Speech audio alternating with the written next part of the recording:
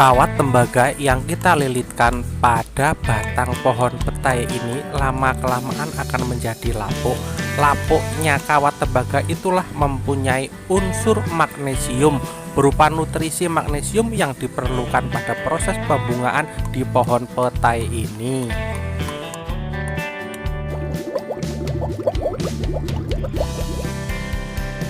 Alat pertama yang kita siapkan adalah gergaji potong. Fungsi dari gergaji ini tentu saja untuk menggergaji pada batang petai yang akan kita obati tersebut. Alat kedua yang kita siapkan adalah tang. Fungsinya sebagai penguat kawat pada batang petai yang akan kita liliti dengan kawat tembaga tersebut. Yang ketiga adalah antiseptik. Di sini saya menggunakan antiseptik betadine. Teman bisa menggunakan merek apapun, yang penting antiseptik, karena tentu saja cairan ini mempunyai fungsi sebagai pengobatan luka dan juga mempunyai kandungan iodium yang tinggi yang juga berperan aktif dalam suatu pertumbuhan pada pohon. Bahan selanjutnya adalah kawat tembaga. Di sini saya menggunakan kawat tembaga bekas.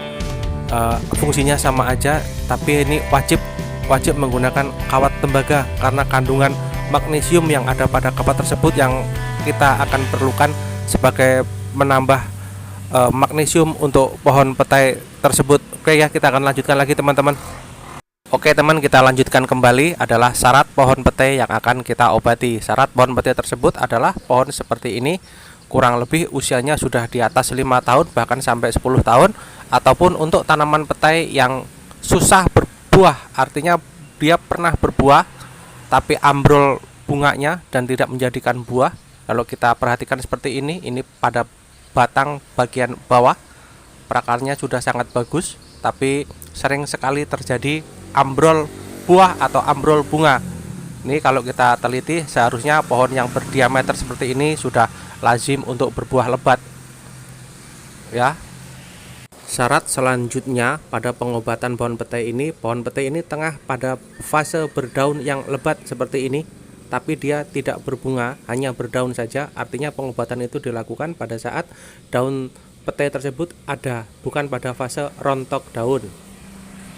Oke, kita lanjutkan saja pengobatan pada pohon petai ini yang enggan berbuah. Kita langsung saja kita ambil jarak dari pangkal pada bagian bawah pohon petai ini, kurang lebih jaraknya adalah 100 cm, 90 sampai dengan 100 cm, tetapi saya tidak menggunakan meteran, saya menggunakan jengkal tangan saya saja. Kita ukur di sini adalah 3 jengkal setengah, jadi kurang lebih 90 sampai 100 cm. Kita ambil tengah-tengahnya aja 95, lalu teman kasih tanda di pada bagian ini. Pada bagian ini nantinya akan kita gergaji melingkar tanpa melukai batang kayunya. Jadi di sini yang akan kita gergaji adalah batang kayunya tersebut ya. Jangan lupa seutas kawat tembaga adalah syarat wajib tembaga. Dan di sini teman-teman bisa membuat mal untuk pengukurannya atau jarak panjangnya menyesuaikan keperluan yang akan digunakan seperti ini.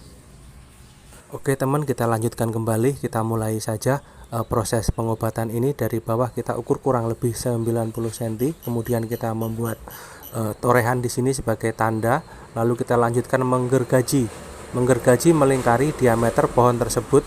Dalam proses penggergajian ini teman-teman harus ekstra hati-hati teman-teman ya, jangan sampai melukai kayu pada bagian dalam pohon tersebut. Jadi yang kita lukai itu hanya bagian kulitnya saja, dimana tempat bekas gergaji ini nanti akan kita benamkan kawat tembaga tersebut. Ini semua dimaksudkan adalah sebagai suplemen tambahan berupa magnesium untuk pohon petai tersebut. Jadi nanti akar dalam tanaman ini itu akan mengangkut sari makanan ke atas, dimaksudkan seperti itu.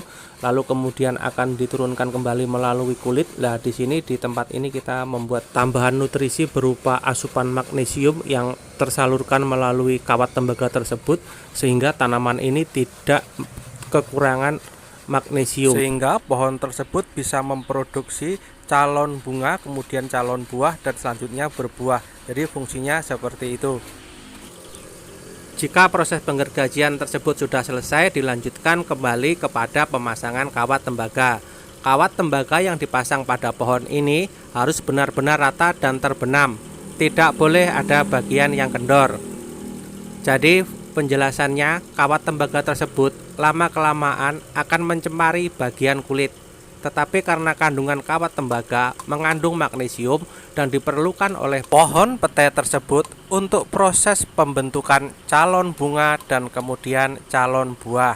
Kemudian alasannya membuat jarak 1 meter dari pangkal bawah adalah supaya asupan nutrisi yang dari dalam akar naik ke atas itu bisa seluruh satu pohon, bisa melewati lilitan kawat tembaga tersebut. Berbeda dengan kalau kita lilitkan pada sebelah akar atau beberapa akar saja, otomatis tidak akan tersalurkan semua. Tetapi kalau pada bagian batangnya ini tentu saja akan melalui proses nutrisi ke atas, kemudian akan turun kembali melalui kulit, dan di situ dia akan bersentuhan dengan magnesium tersebut.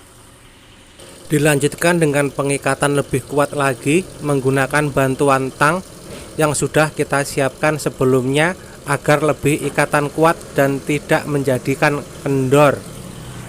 Periksalah kembali setelah melakukan pengikatan kuat, manakah ada bagian kawat yang masih menonjol. Teman-teman bisa memukulnya secara perlahan-lahan menggunakan tang, tapi jangan terlalu kuat. Ini kawat di sini harus benar-benar terbenam, teman-teman ya. Setelah dirasa benar-benar terpendam rapi kawat tersebut, teman-teman bisa meneteskan atau mengoleskan cairan antiseptik yang sudah disiapkan sebelumnya. Jadi peran dan fungsi antiseptik di sini adalah sebagai penyembuh luka sekaligus nutrisi untuk tanaman itu berupa yodium yang ada pada antiseptik tersebut. Tentu saja pohon itu juga sangat memerlukan yodium. Jadi dua fungsi tersebut adalah sangat bagus sekali, yaitu penambahan magnesium sekaligus juga penambahan yodium dari antiseptik untuk proses pembuahan atau pembungaan pada pohon petai. Seiring dengan waktu, lama-kelamaan tembaga itu pun akan menjadi lapuk dan tertutup oleh kulit pohon petai tersebut, dan pohon tersebut akan kembali seperti biasa lagi. Jadi teman-teman tidak usah khawatir pohonnya akan menjadi mati ataupun rusak, karena lama-kelamaan magnesium tersebut atau kawat itu akan menjadi lapuk, ditandai dengan pohon tersebut tidak mulai berbunga dan tidak mau berbuah lagi. Dan kalau kita kelupas itu kawat tersebut sudah mulai lapuk. Seandainya proses yang dilakukan tersebut teman-teman tidak mengalami kegagalan, maka pada awal bulan selanjutnya teman-teman sudah bisa melihat calon bunga yang tumbuh pada ujung pucuk daun-daun dari pohon petai tersebut, asalkan itu teman-teman lakukan dengan benar dan tidak ada yang salah. Jadi lakukan seperti yang saya lakukan tersebut. Alhamdulillah tempat saya juga sudah mulai menumbuhkan calon bunga dan calon buah seperti itu. Perlu diingat, teknik dan trik ini tidak berfungsi pada tanaman petai yang masih muda atau masih dalam usia vegetatif pertumbuhan. Jadi hanya untuk batang petai yang sudah tua ataupun sudah pernah berbunga, dan itu pun harus mempunyai syarat tengah berdaun lebat. Oke ya, dari saya ucapkan sekian. Saya akhiri. Assalamualaikum warahmatullahi wabarakatuh. Sampai ketemu di video selanjutnya.